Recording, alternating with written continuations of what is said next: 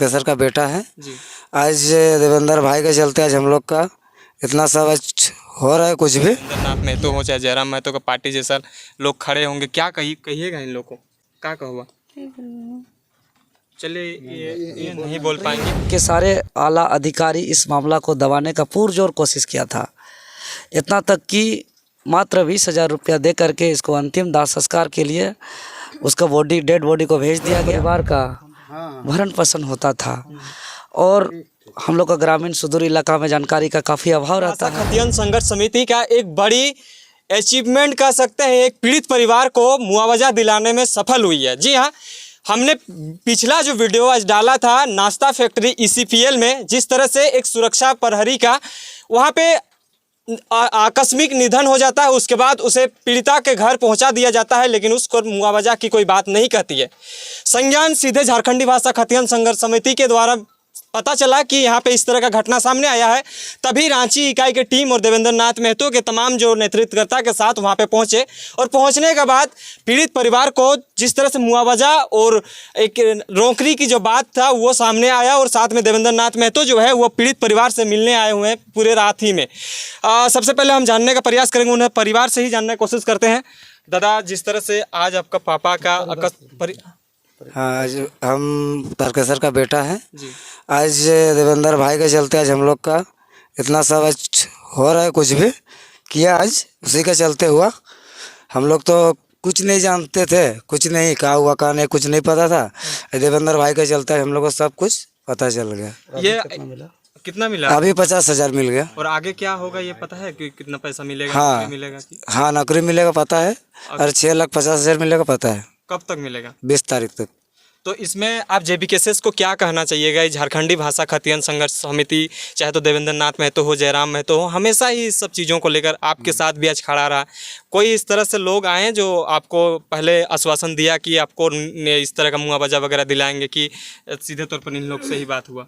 इन लोग से ही बात हुआ। कोई देवेंद्र भाई किसी को पहले भेजा था और उन लोग से बात करके ये लोग चला गया वहाँ। जी, ये आपकी मम्मी है? हाँ, मम्मी है। मम्मी जी, जिस तरह से आज आपके घर में इस तरह का घटना हुआ, पर आप सोचे थे कि इस तरह का होगा हमारे साथ? इस तरह का लोग जो देवेंद्रनाथ महतो हो चाहे जयराम महतो का पार्टी जैसा लोग खड़े होंगे, क्या कहिएगा इन लोगों को, क्या कहोगा?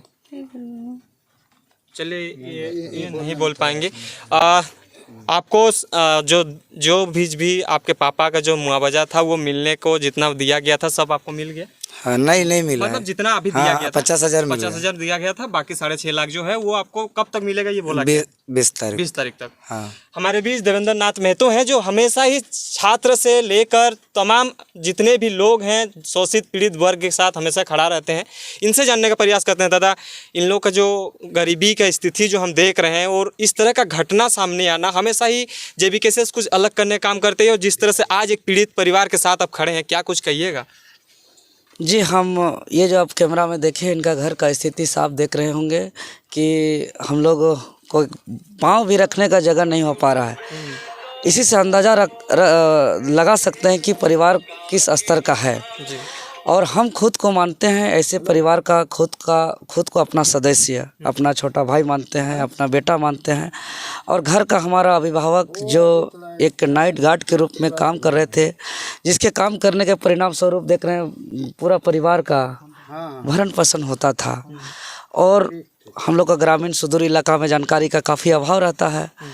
फैक्ट्री के कैंपस में इस तरह का निधन होने के बाद आगे क्या प्रावधान है नहीं है, इसका कोई घर परिवार को जानकारी नहीं था। और स्वाभाविक है, क्योंकि सुदूर ग्रामीण क्षेत्र पे ऐसा घटना नहीं घटता है। हमारे इलाका में आसपास में इस तरह का इंडस्ट्री फैक्ट्री नहीं है कि फैक्ट्री एक्ट क्या है, मजदूर एक्ट क्या है और लेबर एक्ट क्या है, सबको मालूम होगा।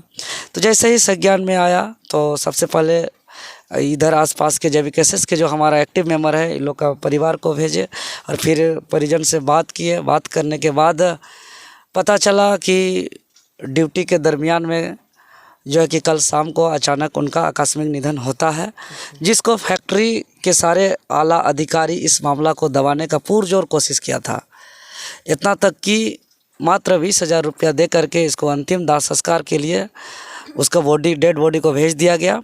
साथ ही साथ इसका संज्ञान ना स्थानीय पुलिस प्रशासन को दिया गया था, ना घर परिवार के परिजन को हॉस्पिटल बुलाया गया था, ना ही बॉडी का पोस्टमार्टम किया गया। अब एक प्राइवेट लिमिटेड कंपनी में कोई काम करता है तो उसका PF SI कटता है, उसके लिए आकस्मिक निधन के लिए पोस्टमार्टम बहुत नेसेसरी है, जो फैक्ट्री ने नहीं किया। साथ ही साथ स्थानीय प्रशासन को देना अनिवार्य था। तो कहीं ना कहीं हमको लगा कि ये तो बहुत बड़ा निंदनीय घटना है, ये कहीं ना कहीं अटेम्प्ट टू मर्डर है। इसमें तो धारा 302 के तहत अटेम्प्ट टू मर्डर का FIR हो सकता है।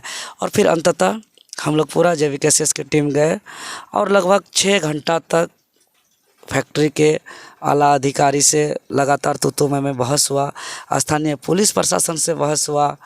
और हम धन्यवाद देते हैं JVKCS रांची की टीम को कि दिन भर सभी कोई लगे रहे, हर चीज़ को झेलते हुए अंततः हम लोग का जो मांग था वह मांग पूरा हुआ। और थाना प्रभारी के उपस्थिति में हम लोग का 20 तारीख तक इस पीड़ित परिवार के आश्रित को 7 लाख भुगतान करना है, जिसका 50,000 आज नगद राशि के रूप में दिया है। अगला 20 तारीख तक में देना है बकाया राशि। और परिवार का किसी एक आश्रित को परमानेंट नौकरी देने का बात हुआ है। और आज इनके जिस तरह से JVKCS के तमाम जो लोग हैं इन पीड़ित परिवार के साथ अभी किस तरह से खड़ा रहेंगे? मुआवजा अभी सही ढंग से सब मिला नहीं है क्योंकि टाइम दिया गया है 20 तारीख तक, कब क्या कुछ कहिएगा? देखिए, जो आज टाटीसिलवे थाना प्रभारी की उपस्थिति में JVKCS के साथ और फैक्ट्री के साथ जो समझौता हुआ है वो सारे मांग जब तक पूरा नहीं होगा तब तक हम पीड़ित परिवार के साथ रहेंगे। पूरा JVKCS इन लोग के साथ रहेगा। तमाम झारखंड वासी को क्या कुछ कहना चाहेंगे जो इस तरह का प्राइवेट लिमिटेड में काम करते हैं, चाहे तो कहीं भी करते हैं, किन किन चीज़ों का सुरक्षा करनी चाहिए? जिस तरह से आज के दौर में अगर JVKCS नहीं रहता तो इन शोषित पीड़ित वर्ग को आज न्याय नहीं मिलता, क्या कुछ कहिएगा उसको लेकर? जी, हम यही कहेंगे कि कोई भी समस्या का समाधान के लिए कोई बड़ा पद और बड़ा विधायक MLA MP की बनने की आवश्यकता नहीं है, बल्कि समस्या का समाधान के लिए जानकारी की आवश्यकता है। तो जानकारी लेना आवश्यक है। और अगर किसी मजदूर भाई के साथ ऐसा होता है, चूँकि ये टाटीसिलवे का घटना है और टाटीसिलवे में लगभग 45 आसपास फैक्ट्री है, 45 से 50 के बीच में, जिसमें लगभग 50,000 मजदूर जो गरीब किसान काफ़ी पिछड़े वर्ग के लोग हैं जो वहाँ मजदूरी का काम करते हैं, वो लोग का जानकारी का काफ़ी अभाव है।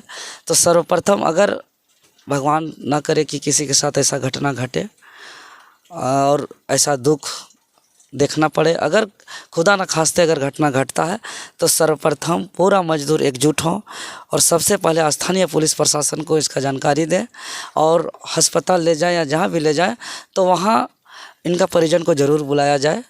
और साथ ही साथ जो लेबर एक्ट के तहत जो गवर्नमेंट का रूल है, जो फैक्ट्री एक्ट के तहत जो मुआवजा का प्रावधान है, उसके अनुरूप जो है कि उनका जब तक वार्ता ना हो तब तक जो है कि आगे फैक्ट्री का झांसा में लव लालच में न आए, यही मेरा संदेश होगा। और ये रात्रि का समय में हम लोग इन लोग के परिवार आए हैं दुख की घड़ी में, और हम इस दुख की घड़ी में सर्वप्रथम हम संवेदना प्रकट करते हुए हम ईश्वर से भी कामना करेंगे जो हमारा परम आदरणीय जो अभिभावक थे स्वर्गीय तारकेश्वर जी, उनका दिवंगत आत्मा को शांति मिले और ये पहाड़ सदृश दुख को सहन शक्ति के लिए ईश्वर सहन शक्ति प्रदान करे। जी, बहुत बहुत धन्यवाद। तो जिस तरह से घटनाक्रम को हमने सब कुछ समझा दिया है और लगातार ग्राउंड जीरो में आके हम लोग देने का प्रयास कर रहे थे। बाकी आगे की जानकारी के लिए बने रहे हमारे साथ, देखते रहिए जोहार।